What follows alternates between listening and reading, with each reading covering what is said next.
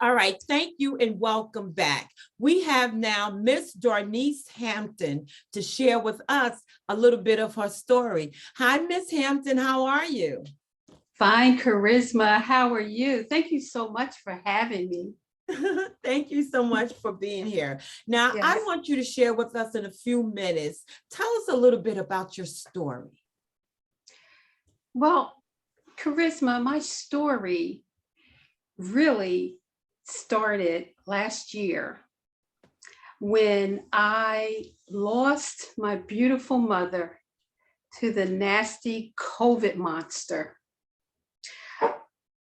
I lost my mother, and I had just previously buried my dad 2 weeks before we lost my mother.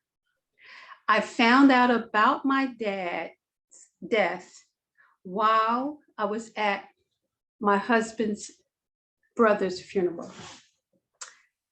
Wow, it was just blow after blow after blow. Oh, thank God. And I was so impacted by that. And my mother passed from COVID. So that meant I could not go to the hospital to be with her.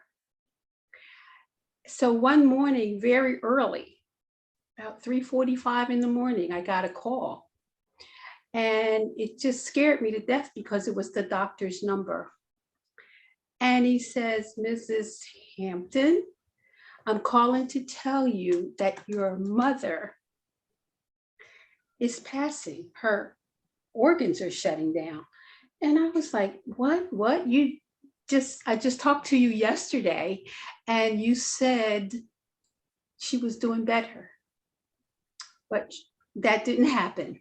That just didn't happen. And, we lost my mother. I was fortunate that my youngest daughter was able to go because I was sick with COVID as well. My I lady. was so sick. Well, I was so sick with COVID. I could not go and see my mother.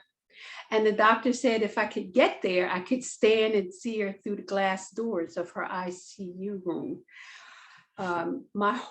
All my immediate family had COVID, and my mother was the one who died from it. But my youngest daughter was able to go. She took her phone, we could FaceTime, and we got the opportunity to sing and pray. And God sent a nurse, and she said, do you want me to put your phone to your mother's ear? So we got to say, I love you, I miss you, we're all here for you. And the nurse held her hand when she took her last breath. I was really concerned because I had heard all these horror stories of seniors passing from COVID alone.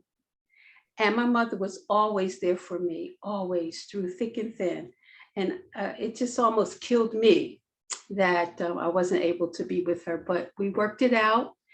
And that's what I want to ask you then. What and how did you overcome your adversity in life? Well, with it.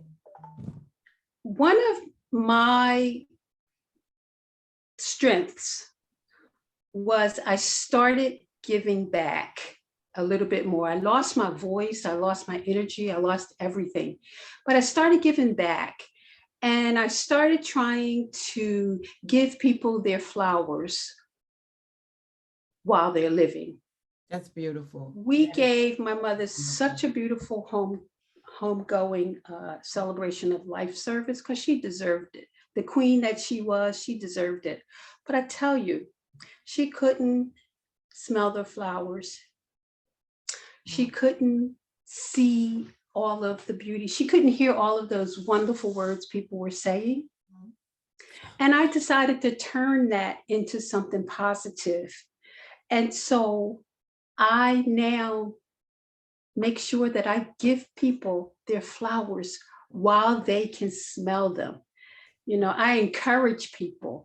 COVID just made everyone so sad and overwhelmed till one of the ways to help is doing that. Yes. Yes. Well, let me ask you, if you could sum up your journey in one word, what would that word be? That word would be service, Charisma. I like it. Yes. I work with hundreds of low-income residents. I've worked with youth through teen pregnancy prevention programs. I've worked with seniors. I've worked with married couples. And I serve because it is what God has planted in me to do. So my word would be service. Very nice. Service. Very nice. I like that. Okay, then with that being said, what do the power of many voices mean to you?